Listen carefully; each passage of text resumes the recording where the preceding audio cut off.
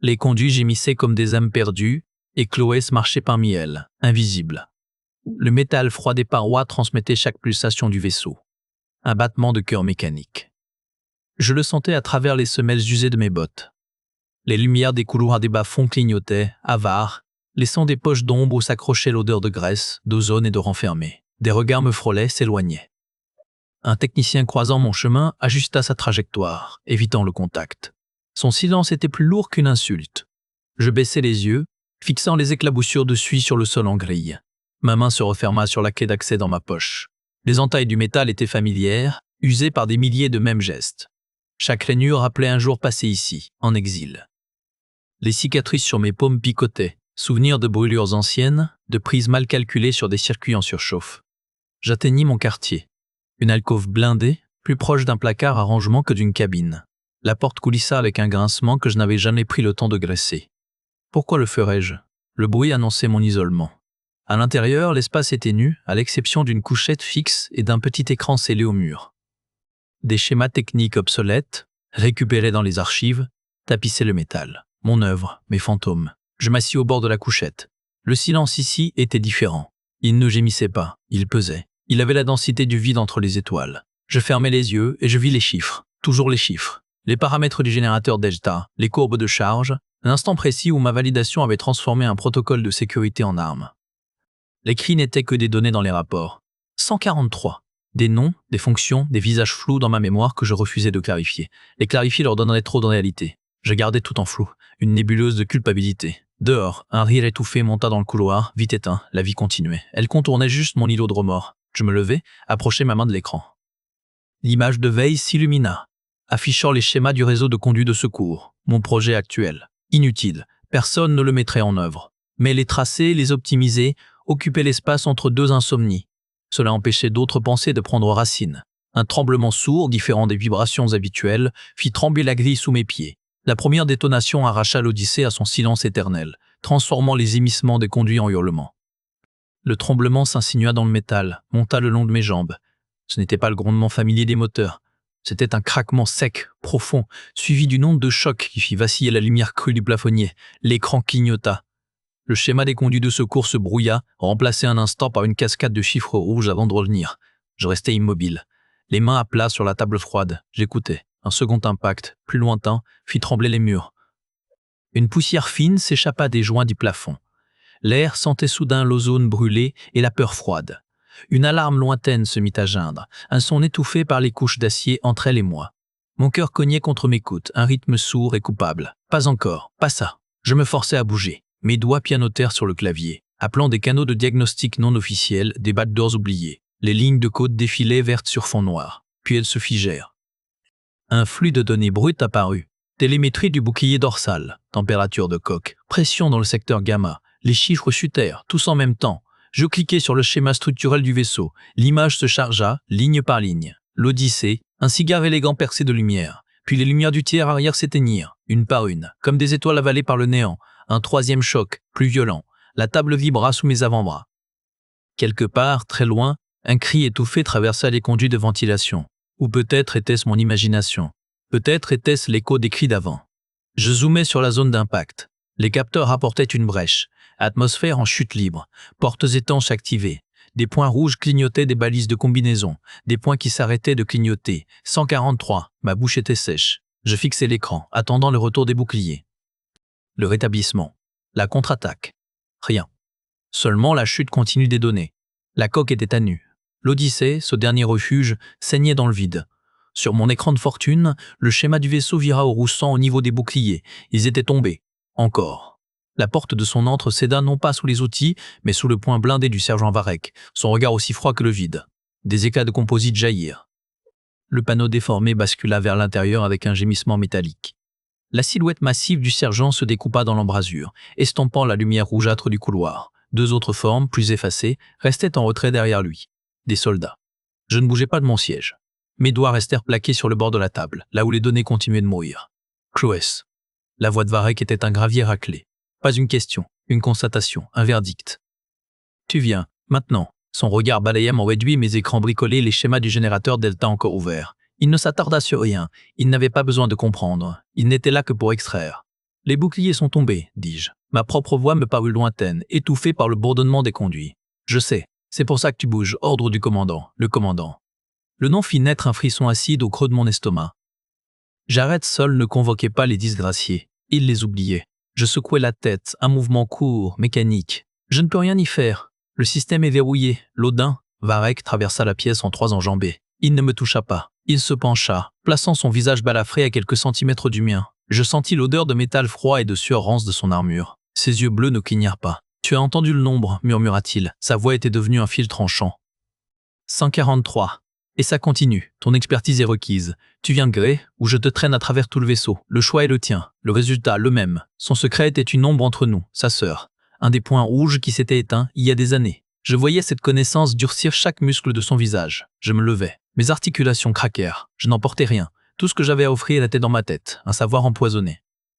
Sans un mot, il se redressa et fit un signe à ses hommes. Ils s'effacèrent pour me laisser passer, leurs mains près de leur neutralisateur. Des gardes du corps ou des gardiens de prisonniers. La distinction était mince. Dans les couloirs des bas-fonds, les lampes d'urgence clignotaient par saccades. Le vaisseau gémissait, une plainte profonde qui traversait la structure. Varek marchait devant, imposant, écrasant. Je suivais, flanqué des 2 soldats. Leur pas cadencé résonnait comme un compte à rebours. Nous arrivâmes à un stade d'ascenseur que je croyais condamné. Varek activa un terminal avec une clé physique. Les portes s'ouvrirent sur une cabine aux parois nues. À l'intérieur, ordonna-t-il, je m'exécutais. Il entra à son tour, bloquant presque toute la lumière. Les portes se refermèrent. Un léger tremblement, puis l'ascenseur s'ébranla. Il montait, vers les ponts supérieurs, vers le commandement, vers l'homme qui m'avait exilé ici. Le silence était plus lourd que l'accélération. Varek fixait la porte close, son reflet déformé dans l'acier. Je regardais mes mains, striées de cicatrices anciennes, des mains qui avaient configuré les séquences, des mains qui avaient appuyé. La vérité me frappa alors, nette et glaciale. Ils ne me ramenaient pas pour me punir. Ils n'avaient pas besoin d'un bouc émissaire. Ils avaient besoin d'un outil, d'un cerveau à connecter à la machine. Et quand un outil est usé, cassé, coupable, on le sacrifie pour sauver le reste. Poussée dans un ascenseur qui montait vers les ponts supérieurs, Chloé comprit qu'on ne la convoquait pas pour la punir, mais pour la sacrifier. La salle de commande baignait dans une lumière d'urgence rougeoyante, et au centre, le commandant seul attendait, tel un juge dans son prétoire. L'air était coupant, stérile, l'odeur de la peur et du méthane surchauffé. Sur l'écran principal, une cartographie du vide se dévorait elle-même, des points rouges. Les chasseurs convergeaient en un essaim vorace vers la silhouette bleutée de l'Odyssée. Le vaisseau gémissait, une vibration sourde dans la colonne vertébrale du pont. Sol ne tourna pas la tête à mon entrée. Son dos était droit, l'uniforme parfaitement ajusté sur des épaules qui portaient le poids de 10 000 âmes. Varek se posta près de la porte, statut de méfiance. Un garde, un témoin. Sa voix était plate, usée. Il indiqua à l'écran d'un geste sec. L'essaim antimissile est à 40% de sa capacité nominale. Les réacteurs de manœuvre endommagés. Nous ne pouvons ni esquiver ni saturer leur approche.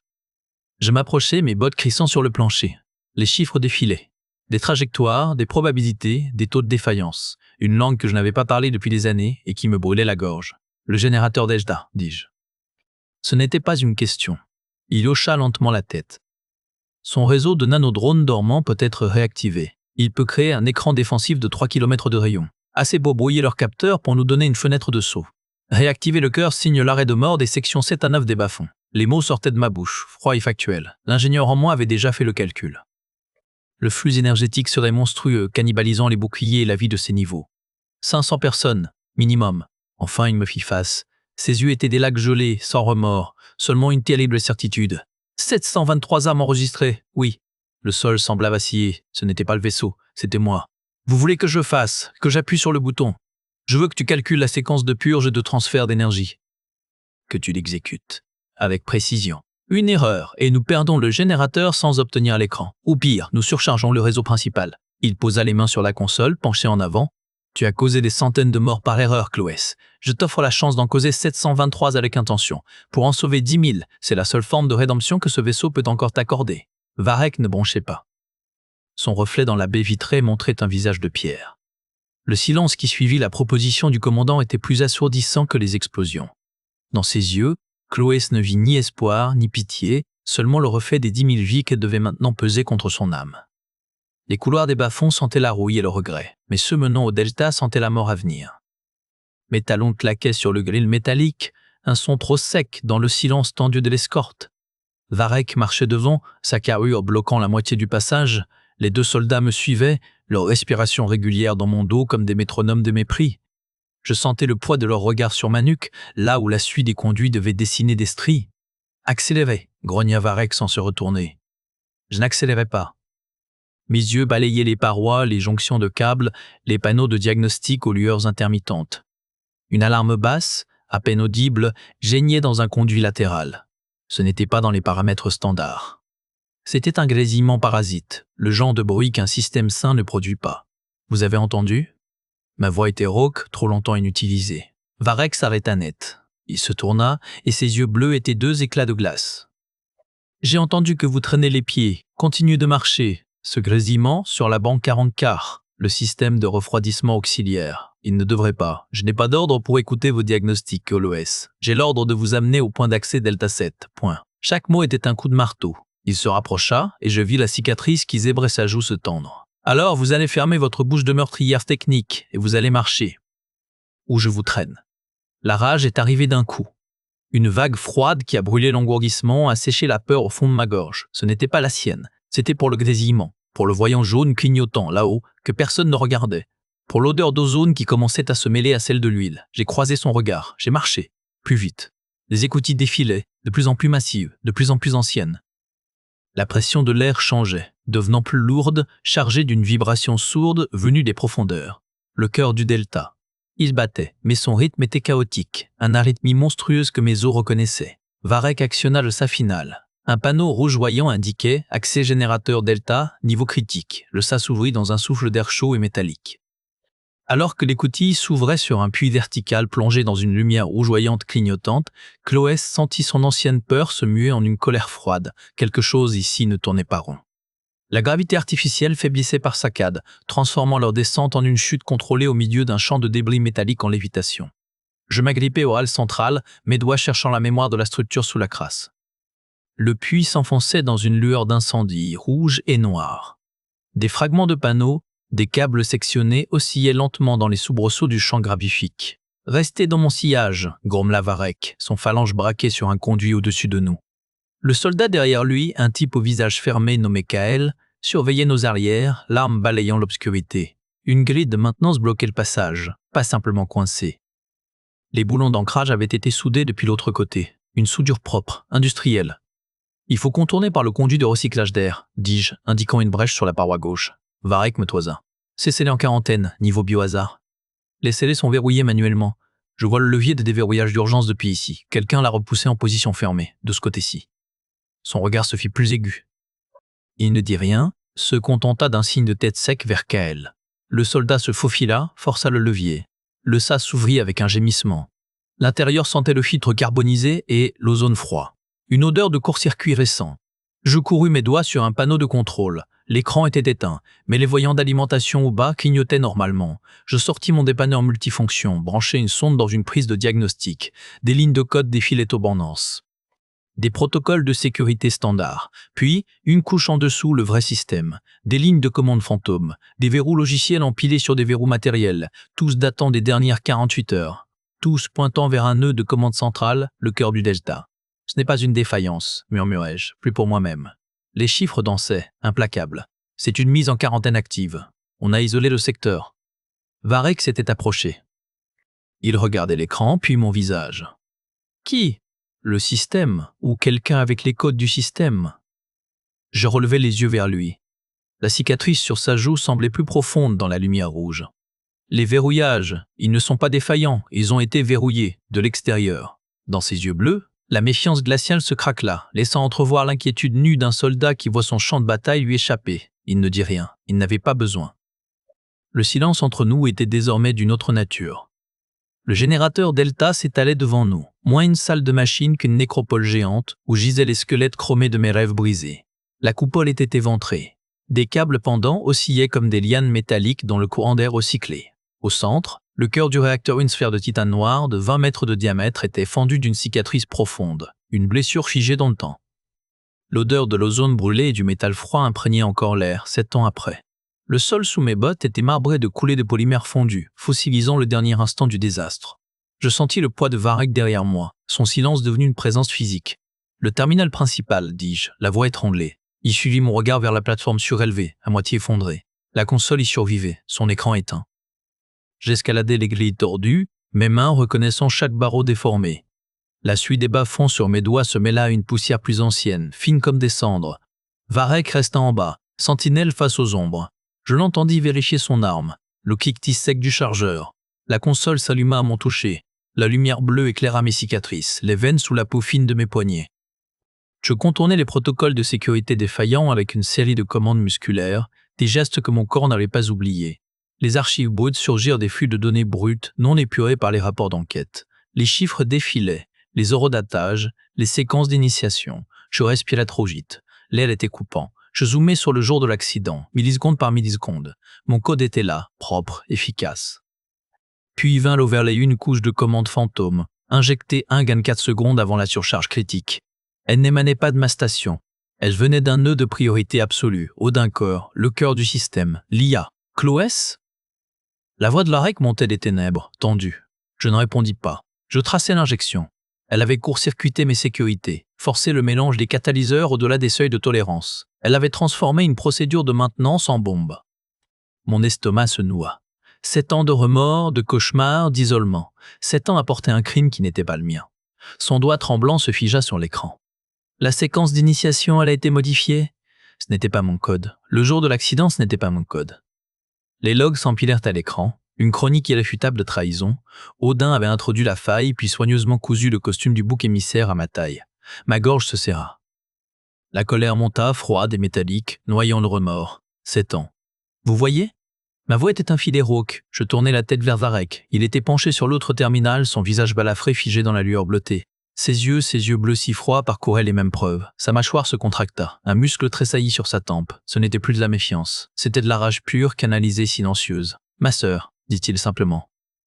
Les mots tombèrent comme des pierres dans le puits de ma compréhension. Sa sœur, parmi les 43. Son hostilité, son mépris glacé, ce n'était pas seulement pour l'erreur, c'était pour elle. « Ce n'était pas vous », murmura-t-il, sans me quitter des yeux. L'aveu lui coûtait. Il dévia son regard vers l'écran, comme s'il ne pouvait supporter de le laisser poser sur moi plus longtemps. C'était lui. L'Odyssée émit un gémissement sourd, un frisson parcourant la coque. Les lumières vacillèrent une fois. Puis les alarmes hurlèrent d'un seul coup, stridentes, primitives. Sur les écrans tactiques en surimpression, des signatures gravimétriques se matérialisèrent. Une nouvelle volée de projectiles des chasseurs, plus denses, se détachait dans le noir de l'espace. Leur trajectoire convergeait vers notre flanc, là où les boucliers étaient les plus faibles.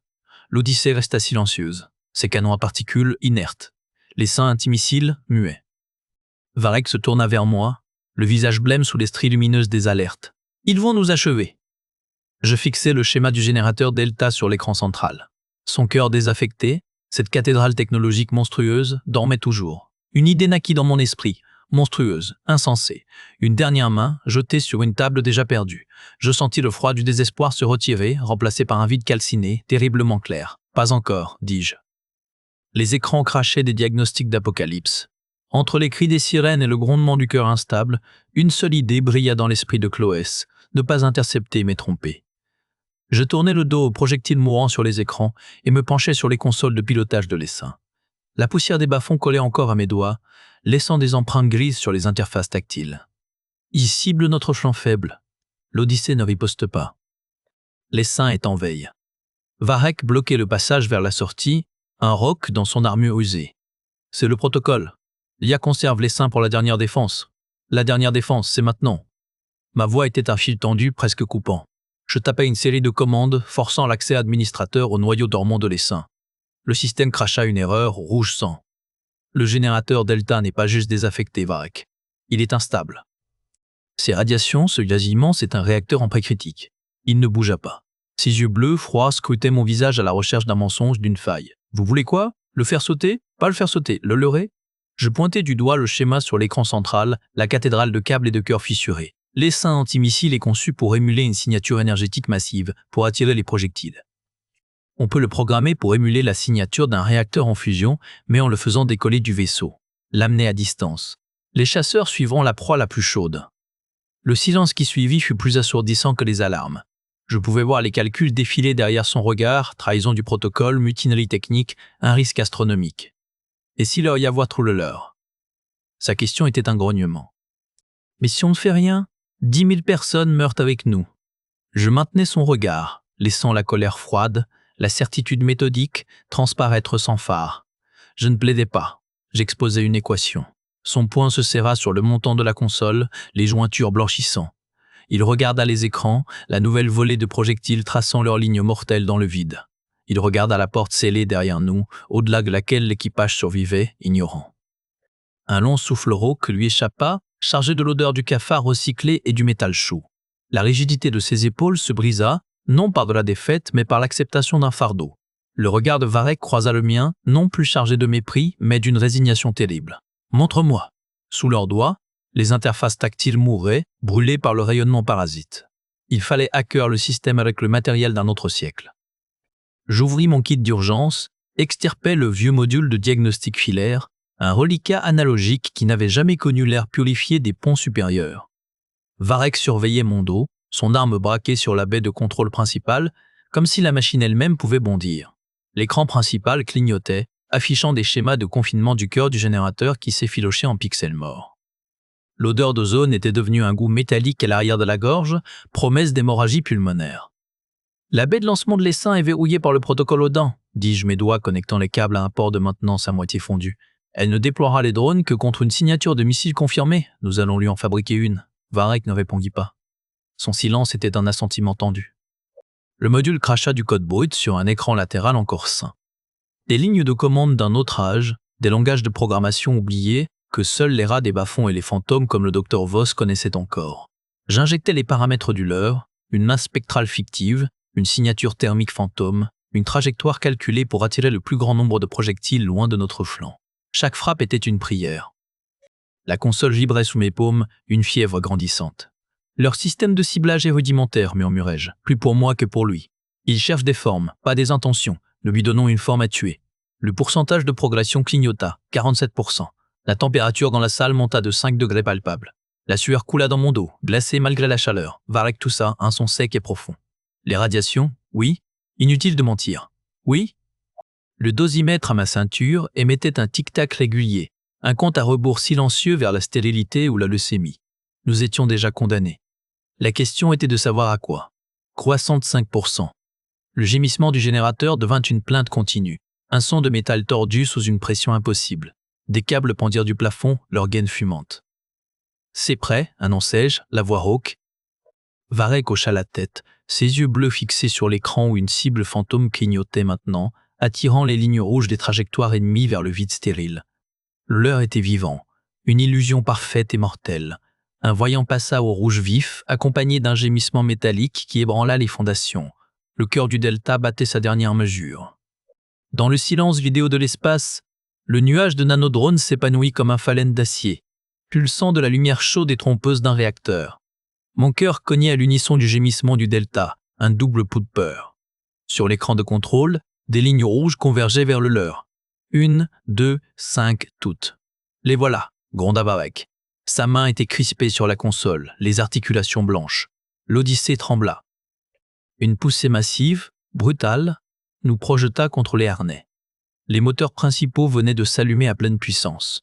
La fuite, la baie d'observation vibrait, et la vue sur l'espace se déforma légèrement, les étoiles filant en stries latérales. Le vaisseau entier geignait sous l'accélération. Les missiles étaient des points d'acier froid et précis sur l'écran radar. Ils ajustèrent leur trajectoire.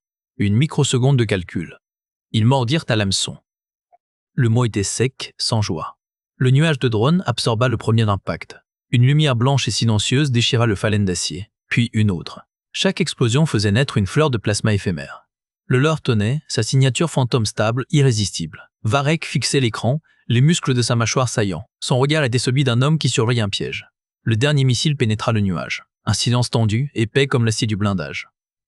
Le dosimètre tic-taquait à ma hanche, un rappel absurde. Puis, sur le moniteur, les signatures missiles changèrent. Elles pivotèrent d'un 180 degrés net, impossible pour un projectile humain. Elles foncèrent droit vers les points verts distants des chasseurs. Par tous les dieux, souffla Varek, les points verts disparurent, un par un, éteints par de petites explosions parfaitement sphériques, propres, mortelles. Le silence revint. Le grésillement des consoles sembla soudain assourdissant. Sur l'écran de monitoring, les signatures missiles disparaissaient une à une, englouties par leurs propres explosions. Ils avaient réussi. L'Odyssée était sauvée. Je détachai mes doigts cramponnés à la console. Ils tremblaient. Je les serrais en poing, enfonçant les ongles dans mes paumes cicatrisées. La colère froide refluait, laissant place à un vide épuisé. Varek se tourna vers moi. Son visage balafré était impassible, mais ses yeux bleus, toujours froids, portaient une lueur nouvelle. De la reconnaissance? Non. Du respect, peut-être. L'acquittement d'une dette. Il ouvrit la bouche pour parler. Le générateur Delta, lui, gronda plus fort. Un rugissement profond, viscéral, qui monta des entrailles du vaisseau et fit trembler le plancher sous nos pieds. La lumière vacilla. Un nouveau voyant, cramoisi, clignota sur le panneau devant moi. L'illusion du salut se dissipa. Le vrai cœur de la bête se réveillait. La victoire avait un goût de cendre et d'ozone. Le compteur Gégué crépitait comme un cœur de criquet fou, annonçant une mort certaine, mais lente. Le voyant cramoisi clignotait, régulier, implacable. Je lus la faille dans les données de flux. Une surchauffe critique dans la matrice de confinement principale. Les saints avaient dégagé les chasseurs, mais la décharge d'énergie avait poussé le générateur, moribond au-delà de sa limite de tolérance. Il allait souffler, dans 15 minutes. Peut-être 10. Je levai les yeux vers Varek. Il fixait le même panneau. Il comprenait. Le SAD de confinement manuel, dis-je, ma voix étrangement plate. Là-bas. Il suivit mon regard vers la console rouge rouillée, isolée sur le mur du SAD principal. Un boîtier mécanique, sans réseau, sans IA. Une relique de l'époque où les humains ne faisaient pas entièrement confiance aux machines. Le sol trembla à nouveau. Une gerbe d'étincelles jaillit d'une conduite au plafond. Varek ne bougea pas. Ils vont nous évacuer, une navette de secours. Non. Je secouai la tête, les yeux rivés sur les chiffres qui dégringolaient.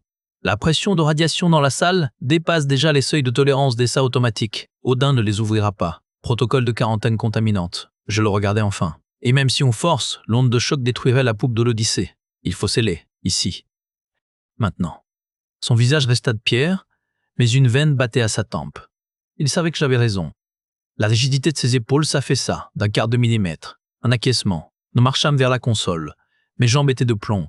Le crépitement du Jaeger était le seul son, maintenant plus fort que le grondement du monstre.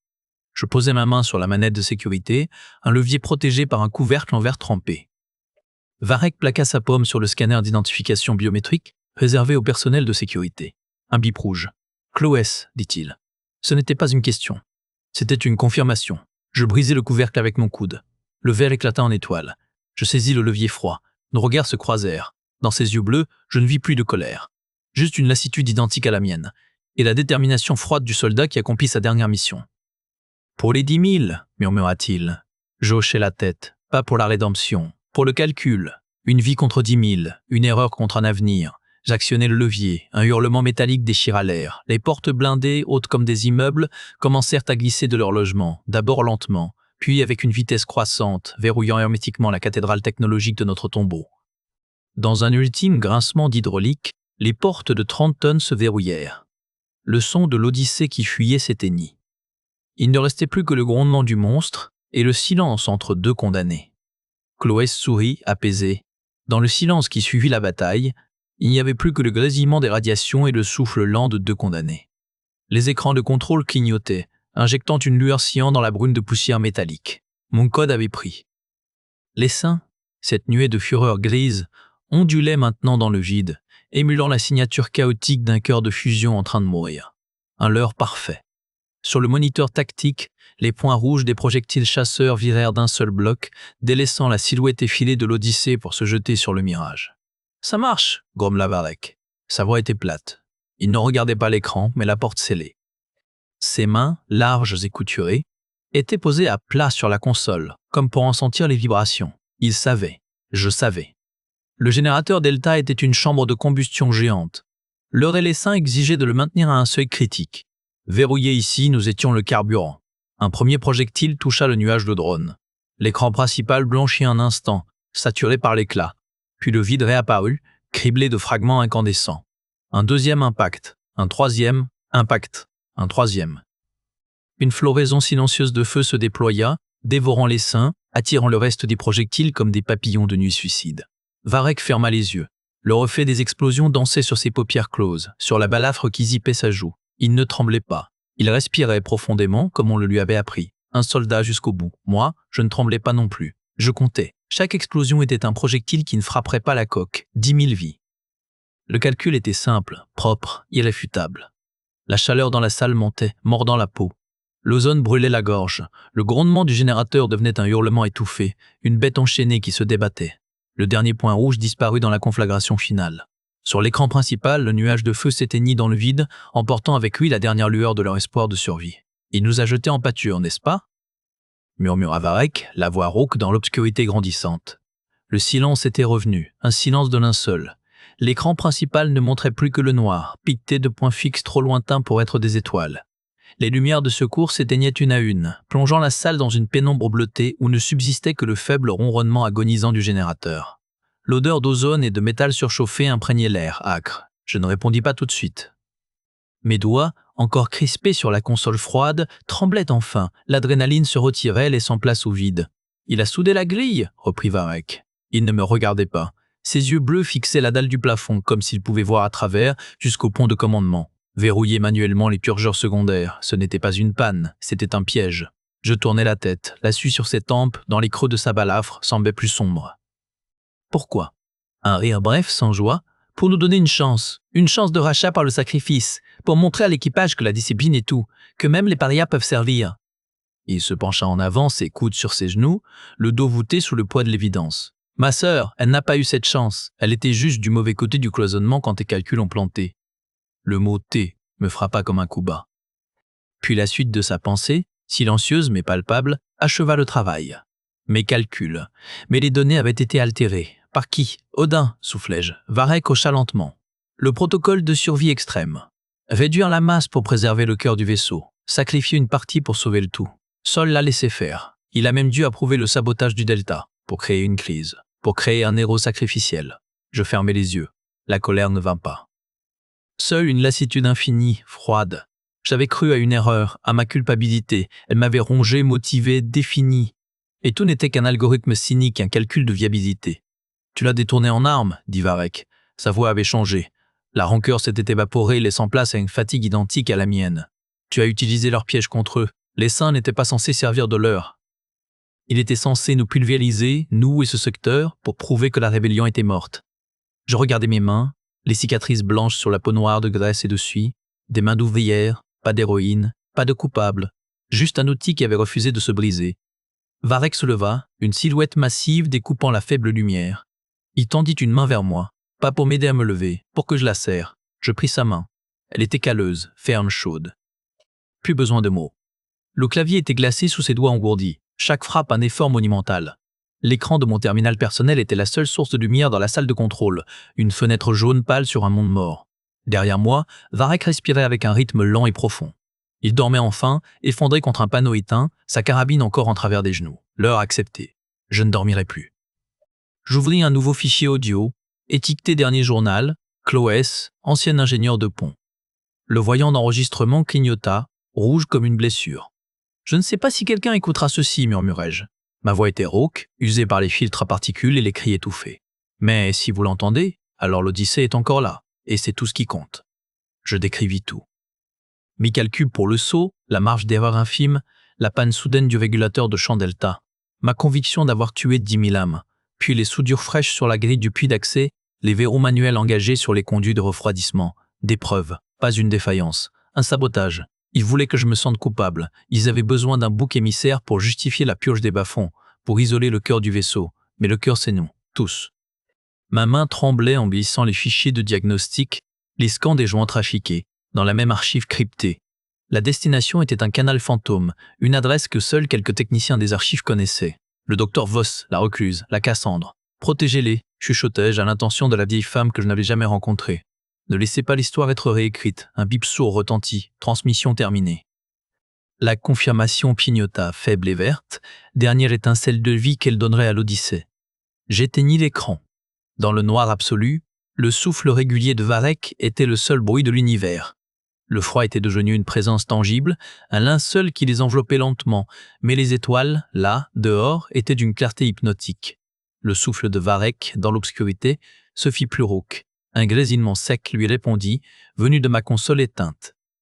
Le système de survie local rendait l'âme. Plus que quelques minutes, dit-il, la pression chute. Sa voix était plate, érodée. Je ne lis pas son visage, mais je perçus le mouvement de sa main se posant sur la poignée de son pistolet d'abordage, puis l'abandonnant. Un geste de renoncement. « C'est suffisant, murmurai-je. J'effleurai les commandes inertes. Mon plan avait fonctionné. Le leur, ce réacteur fantôme bricolé à partir de l'essaim antimissiles piratés, avait fui vers le Dark, traînant dans son sillage la signature chaotique d'une fusion en déroute. Les projectiles des chasseurs l'avaient suivi. Les capteurs externes, avant de mourir, avaient montré les points d'impact s'éloignant, des fleurs silencieuses de lumière et de débris. L'Odyssée était passée au travers. Sauvée. La rédemption, finalement, avait le goût du métal froid et du silence. Une lumière tremblota sur le panneau principal.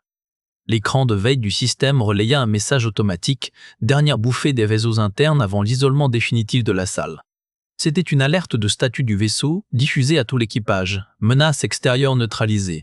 Propulsion relativiste rétablie. Trajectoire vers Kepler 4042 b confirmée.